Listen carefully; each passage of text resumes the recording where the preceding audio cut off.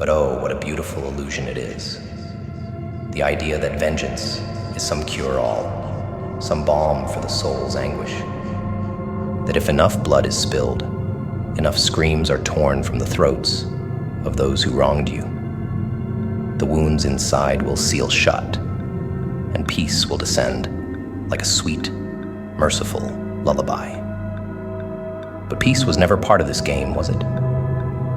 Vengeance, revenge, they're nothing but shadows, promises of solace that dissipate the moment the blade finds its mark.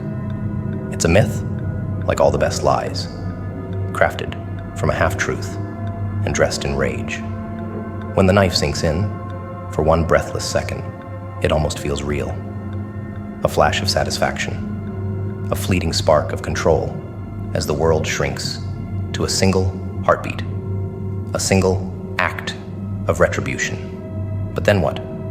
The anger dissipates, the blood cools, and what's left is emptiness, an aching chasm where pain once burned bright.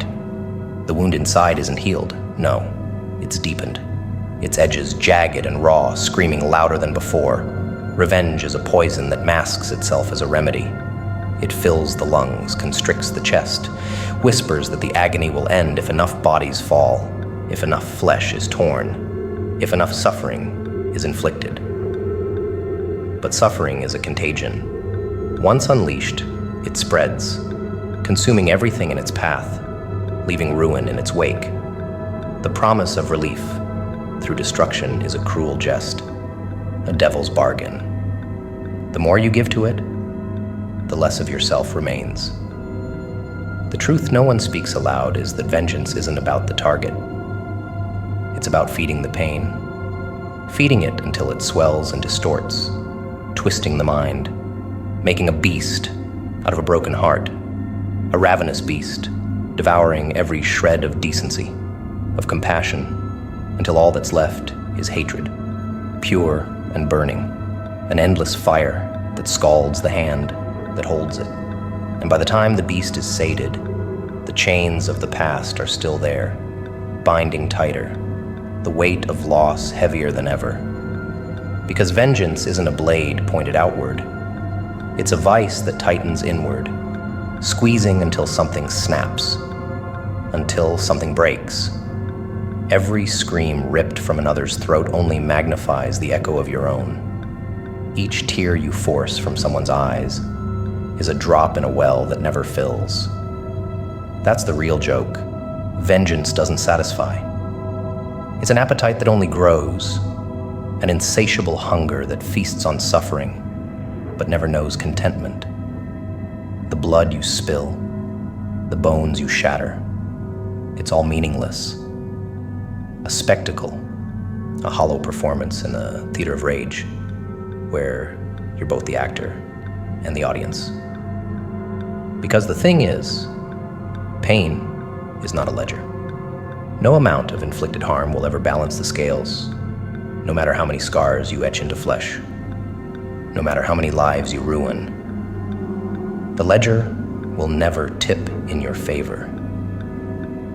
You can tear the world apart and grind it to dust, and it still won't make a dent in the agony you carry within. But that's the madness of it all. The more you try to fill the emptiness with violence, the larger it grows. A black hole swallowing every flicker of light, every trace of humanity. And once you've started, there's no end. It becomes a cycle, a savage dance between agony and rage. Each step tighter, each spiral deeper.